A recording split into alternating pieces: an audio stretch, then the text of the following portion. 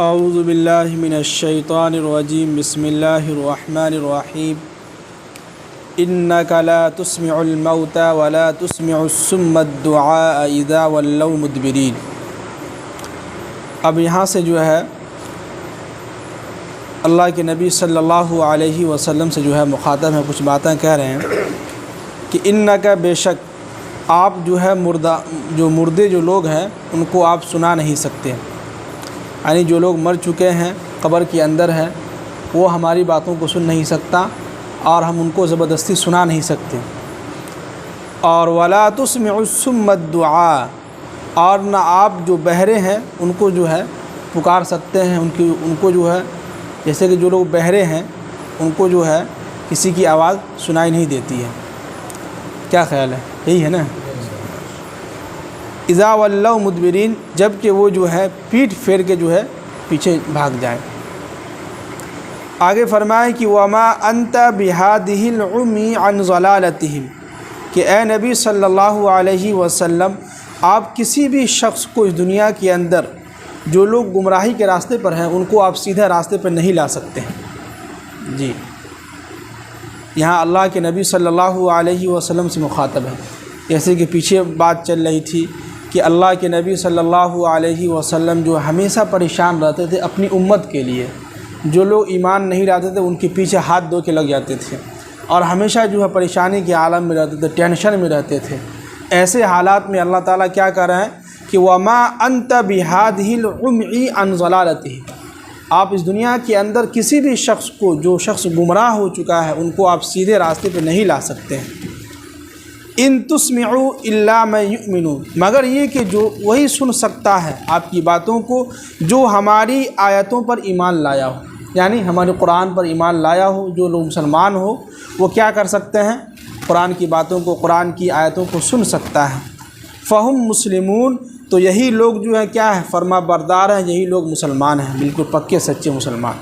تو ظاہر سی بات ہے کہ جو لوگ مسلمان کے اندر بھی کئی طرح کے لوگ ہیں نا، مسلمان تو سب ہیں، پوری بستی کے اندر جو ہے سب لوگ ہیں، لیکن اللہ نے سب کو توفیق نہیں دی، ان میں سے چند لوگ ایسے ہیں جن کو اللہ نے توفیق دی۔ تو قرآن نے اس کی طرف مخاطب کیا کہ فہم مسلمون، جو لوگ قرآن پاک کی آیتوں کو سنتے ہیں ان پر ایمان لاتے ہیں تو یہ لوگ کیا ہیں؟ فرما بردار ہیں، مسلمان ہیں۔ آگے فرمائیں کہ وَإِذَا وَقَعَ الْقَوْلُ عَلَيْهِمْ، جب میری بات، یعنی کہ جو باتیں یہ قیامت جو ہے دنیا کے جو آخر وقت تک جب میری بات مکمل ہو جائے گی لوگوں کے سامنے، تو اخرجنا لہم دابۃ من الارض، تو ہم کیا کریں گے کہ زمین سے جو ہے ایک جو ہے جانور نکالیں گے۔ کیا کریں گے؟ جانور نکالیں گے۔ اور تکلمہم، اور یہ جانور لوگوں سے بات کرے گا۔ کیا کہے گا؟ لوگوں سے بات کرے گا تو کہ ان الناس، یہ جانور کہے گا کہ ان الناس، کہ یہ لوگ جو ہے کانوا بآیاتنا لا یوقنون، ہماری آیتوں پر ایمان نہیں لائے تھے۔ جی، اس کے بارے میں حدیث ہے کہ قیامت کی جو نشانیاں ہیں، علامات، اس میں سے 10 ہیں۔ 10 میں سے ایک یہ بھی ہے کہ دابہ، ایک جانور، ایک ایسی مخلوق ہے، اللہ ایک ایسا یہ جانور اللہ تعالیٰ زمین سے نکالیں گے قیامت سے پہلے، تو یہ جو جب نکلے گا تو یہ لوگوں سے بات کرے گا۔ جب یہ نکلے گا اس کے بعد قیامت قائم ہوگی، اور اس کے نکلنے کے بعد توبہ کا دروازہ کیا ہوگا؟ بند ہو جائے گا۔ تو اللہ دیکھیے کیا کیا چیزیں زمین سے نکالیں گی، اور ایسا جانور لوگوں سے بات کرے گا۔ ابھی کے جانور ہم سے کوئی بات کر سکتا ہے؟ ہم تو سمجھتے ہی نہیں ہے ان کی زبان، تو ہم لوگ کیا بات کریں؟ لیکن اللہ قیامت کے قریب جو ہے ایک ایسا جانور نکالے گا زمین سے کہ جو ہے جس سے وہ جانور جو ہے لوگوں سے بات کرے گا کہ تکلمہم ان الناس کانوا بآیاتنا لا یوقنون، کہ لوگوں سے کہیں گے یہ جانور کہ تم لوگ جو ہماری آیتوں کو جھٹلاتے تھے، تم جو ہماری آیتوں پر ایمان نہیں لائے تھے، یقین نہیں رکھتے تھے۔ جی، آگے فرمائیں کہ وَيَوْمَ نَحْشُرُ مِنْ كُلِّ أُمَّةٍ، اور کل قیامت کے دن ہم جو ہے ہر امت میں سے ایک گروہ کو، ایک جماعت کو جو ہے لا کھڑا کریں گے۔ اور ممن یکذب بآیاتنا، ان میں سے کچھ وہ ہوں گے جو ہماری آیتوں کو جھٹلاتے تھے۔ کیا کرتے تھے؟ جھٹلاتے تھے۔ فہم یوزعون، تو اللہ تعالیٰ ان جماعت کی گھیرا بندی کر دیں گے، ان کو الگ کر دیں گے، ان کی جو ہے جماعت الگ لگے گی، الگ ان کی صف لگیں گی۔ اور حتی اذا جاؤ، یہاں تک کہ جب ان کے پاس سارے لوگ یعنی تمام کے تمام لوگ جو ہے جمع ہو جائیں گے ہر امت میں سے، قال تو اللہ تعالیٰ کہیں گے کہ اکذبتم بآیاتی، تم لوگوں نے ہماری آیتوں کو جھٹلایا تھا، ولم تحیطوا بہا علما، بغیر سمجھے۔ کیا ہے؟ بغیر سمجھے، ہم نے قرآن پاک کو سمجھا نہیں، حدیث کو سمجھا نہیں، قرآن پاک کی آیت کا ترجمہ جب سن لیے اس پہ ہم نے عمل کر لیا، بلکہ اس کا بیک گراؤنڈ بھی دیکھا جاتا ہے۔ کبھی کبھی قرآن پاک کی آیت کا ترجمہ ایسا ہوتا ہے جو لکھا رہتا ہے، اس کا ترجمہ کا مطلب کچھ اور ہوتا ہے۔ صرف اکیلے میں تنہائی میں بیٹھ کے اگر ترجمہ پڑھ لیں گے تو کبھی کبھی بہت سارے لوگ گمراہ ہو جاتے ہیں، کہ قرآن میں تو یہ لکھا ہوا ہے۔ نہیں، کبھی کبھی قرآن کی آیت کا ترجمہ سمجھنے کے لیے ہمیں حدیث کا سہارا لینا ہوتا ہے۔ جب تک ہم حدیث کو سمجھیں گے نہیں، قرآن کی آیت کا ترجمہ سمجھ میں نہیں آئے گا۔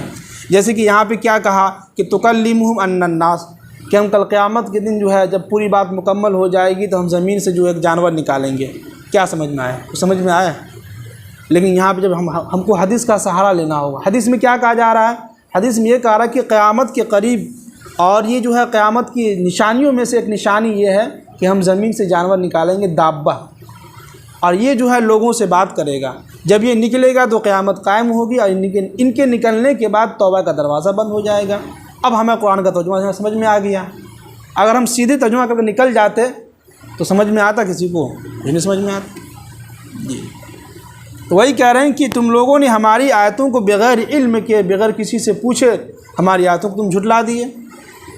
اما ذا کنتم تعملون، تو تم لوگ کیا کرتے تھے، یعنی کہ تم لوگ کیا کر رہے تھے، تم نے تحقیق کیوں نہیں کی، تم نے لوگوں سے پوچھا کیوں نہیں اس آیت کا ترجمہ کیا ہے، حدیث کا مطلب کیا ہے، تم نے پوچھا کیوں نہیں کہ نماز جو ہے 5 وقت کی نماز جو فرض ہے وہ کس طرح سے نماز ادا کیا جائے، کیسے ادا کیا جائے، اطمینان کے ساتھ، سکون کے ساتھ، خشوع خضوع کے ساتھ ادا کیا جائے۔ تو ہر چیز کا جو ہے زیادہ تر قرآن کا ترجمہ سمجھنے کے لیے ہمیں حدیث کا سہارا لینا ہوتا ہے جی۔ آگے فرمائیں کہ وَوَقَعَ الْقَوْلُ عَلَيْهِمْ بِمَا ظَلَمُوا، جب ان لوگوں پر جو بات ان لوگوں نے کہا تھا اور جو ان لوگوں نے ظلم کیا تھا اس کے بعد، تو اللہ تعالیٰ کہیں کہ ہم نے تمہارے اوپر وہ بات کیا ہے، ملے کہ بالکل یہ بات واقع ہو گئی، سب بات جو ہے ختم ہو گئی، اور تم لوگوں نے ظلم کیا تھا، تو فَهُمْ لَا يَنْطِقُونَ، ایسے وقت میں یہ لوگ کچھ بھی نہیں بول پائیں گے۔ ظاہر سی بات ہے کہ میدان محشر میں جس کے اوپر کسی انسان کے اوپر ظلم ہو رہا ہو، سامنے اللہ کھڑا ہو، تو کسی کی ہمت ہوتی ہے بولنے کی؟ دنیا کے اندر ہی دیکھ لیجئے، اگر سامنے بادشاہ بیٹھا ہو واقعی میں ہم نے ظلم کیا ہے تو ہمت نہیں ہوتی ہے بولنے کی، جو ہے پاؤں جو ہے لڑکھانے لگتا ہے۔ تو وہی یہاں اس کا جو ہے آسان ترجمہ کہ وَوَقَعَ الْقَوْلُ عَلَيْهِمْ بِمَا ظَلَمُوا، ان لوگوں نے جو ظلم کیا ہے اپنے اوپر، اللہ تعالیٰ ان کے اوپر ساری باتیں جو ہے لا کے رکھ دیں گے، ساری حقیقت کھول کے بیان کر دیں گے۔ فَهُمْ لَا يَنْطِقُونَ، تو کیا ہوگا اس کے بعد یہ لوگ نہیں بولیں گے۔ آگے فرمایا کہ أَلَمْ يَرَوْا أَنَّا، کیا تم لوگ نہیں دیکھتے ہو کہ ہم نے جَعَلْنَا اللَّيْلَ لِيَسْكُنُوا فِيهِ وَالنَّهَارَ مُبْصِرًا، ہم نے رات جو ہے بنایا ہے، کیوں؟ اس لیے کہ لِيَسْكُنُوا فِيهِ، کہ اس میں آپ آرام کریں، سکون سے سو جائیں، اور وَالنَّهَارَ مُبْصِرًا، اور ہم نے دن کو بنایا تاکہ دن کے اندر ساری چیزیں آپ دیکھ سکیں۔ دیکھتے ہیں کہ نہیں دن کے اندر کبھی کسی کو دیکھیں ٹارچ جلا کے دیکھتے ہوئے؟ سب کو نظر آتا ہے۔ رات کے اندر جو ہے لائٹیں کا انتظام کیا جاتا ہے، جب لائٹ کرتی ہے تو ٹارچ سے ہم لوگ جو ہے آتے ہیں، ٹارچ جلا کے دیکھتے ہیں کہاں پہ کیا ہے نہیں ہے۔ تو لیکن آج کل الٹا ہو رہا ہے، 12-1 بجے تک جو ہے نوجوان جو ہے سو رہے ہیں، اور صبح اٹھ رہے ہیں کتنے بجے؟ 10 بجے۔ تو اس کی بھی آج کل جو ڈاکٹروں کا کہنا ہے کہ لوگوں کے اندر اتنی بیماری کیوں ہو رہی ہے، وہ اس لیے ہو رہی ہے کہ وہ صبح 6 بجے نہیں اٹھتے ہیں۔ آپ اگر 12 بجے کے بعد سوتے ہیں تو بہت کم عمر میں آپ کو بہت جلدی کوئی نہ کوئی بیماری ہو جائے گی۔ یہ ہم اپنی بات نہیں کر رہے ہیں، مطالعہ سے کر کے ہم کر رہے ہیں، مطالعہ سے ہم نے کرا ہے، یہ حقیقت ہے۔ ہم لوگ کبھی کبھی جو ہے سمجھے کہ لیٹ ہو جاتا ہے، رات میں 10-11 بجے 12 بج جاتا ہے، کتاب میں مطالعہ کرتے ہوئے یا موبائل کچھ دیکھتے رہتے ہیں، تو دن بھر ہمارا طبیعت خراب ہو جاتی ہے۔ ہاں، ایسا لگتا ہے کہ بدن بھاری ہو گیا ہے۔ وہی اگر ابھی یہاں سے جاتے ہیں، کھانا کھا لیتے ہیں، 10 بجے آرام سے ہم سو جاتے ہیں 10 بجے تک، تو صبح 4 بجے خود بخود آنکھ کھل جاتی ہے۔ اب یہ کہ روم کے اندر سوئے رہتے ہیں، اٹھتے نہیں ہیں، لیکن آنکھ کھل جاتی ہے خود بخود۔ تو وہی کہہ رہے ہیں اللہ تعالیٰ کہ تم لوگ دیکھتے نہیں ہو کہ ہم نے رات جو بنایا ہو اس لیے بنایا ہے کہ آپ کیا کریں، آرام کریں، سکون سے سوئیں۔ اور والنہار مبصرا، آپ دن میں جو ہے گھومیے پھریے، اپنا کام کیجیے، مزدوری کیجیے، جو بھی آپ کا کام وہ کام کیجیے، گھومیے پھریے۔ ان فی ذالک لآیات لقوم یؤمنون، بے شک اس آیت میں جو ہے مؤمنین کے لیے کیا ہے، ایک جو ہے ہدایت ہے، اور بہت ساری کیا ہے نشانیاں ہیں اس آیت کے اندر، قرآن پاک کے اندر۔ آگے فرمائے کہ وَيَوْمَ يُنْفَخُ فِي الصُّورِ، اور اس دن کل قیامت کے دن جو ہے جب ہم سور پھونکیں گے تو فَفَزِعَ مَنْ فِي السَّمَاوَاتِ وَالْأَرْضِ، تو آسمانوں اور زمین میں جتنی بھی چیزیں ہیں سب گھبرا جائیں گے، سب کے سب لوگ کیا ہوں گے، ڈر جائیں گے۔ الا من شاء اللہ، مگر جس کو ہم چاہیں۔ تو اس کا ترجمہ یہاں پہ یہ ہوگا، اس سے مراد یہ ہے کہ جو لوگ نیک صالح لوگ ہیں ان کو کوئی فرق نہیں پڑے گا۔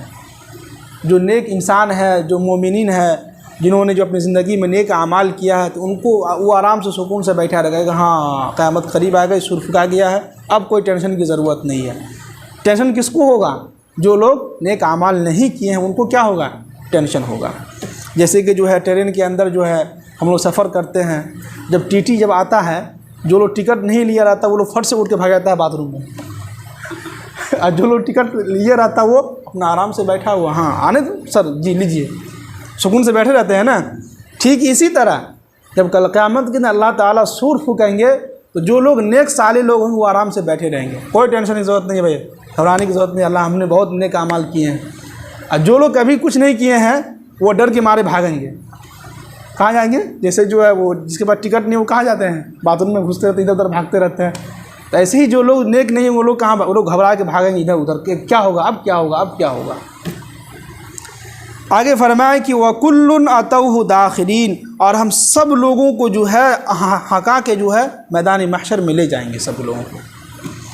آگے فرمائے کہ وَتَرَى الْجِبَالَ تَحْسَبُهَا جَامِدَةً، آج تو تم یہ جو پہاڑ دیکھ رہے ہو تو ایسا لگ رہا ہے کہ پہاڑ ایک جگہ کیا ہے، جمع ہوا ہے، لگتا ہے نا، جو پہاڑ جو دیکھتے ہیں تو کیا لگتا ہے، ایک جگہ ایک دم مضبوطی سے تھما ہوا ہے، لیکن نہیں، وَهِيَ تَمُرُّ مَرَّ السَّحَابِ، یہی پہاڑ جو ہم لوگ جس کو دیکھتے ہیں ایک جگہ بالکل جمع ہوا ہے، یہی پہاڑ کل قیامت کے دن جب سور پھونکا جائے گا تو یہ آسمان کے بادلوں کی طرح جو ہے نظر آئے گا ہم لوگوں کو۔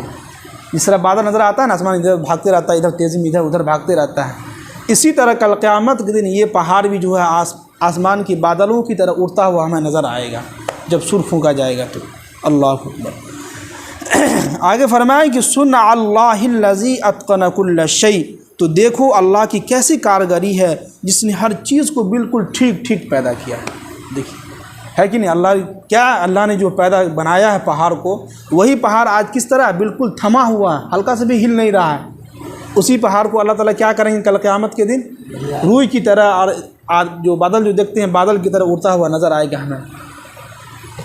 انہ خبیر بما تفعلون، تو بے شک اللہ تعالیٰ ہر چیز سے باخبر ہے، جو کچھ بھی تم کر رہے ہو اس دنیا کے اندر اللہ تعالیٰ کو سب کچھ معلوم ہے۔ جی، تو اس پورے صفحہ کے اندر ہمیں جو ہے دو تین باتیں سمجھ میں یہ آئی ہے کہ جو ہے سب سے پہلا یہ کہ اس دنیا کے اندر جیسے ہی اللہ تعالیٰ قیامت کا وقت قریب ہوگا تو اللہ تعالیٰ سب سے پہلے کس کو نکالیں گے، زمین سے ایک جانور کو نکالیں گے، اور وہ جانور لوگوں سے بات کرے گا۔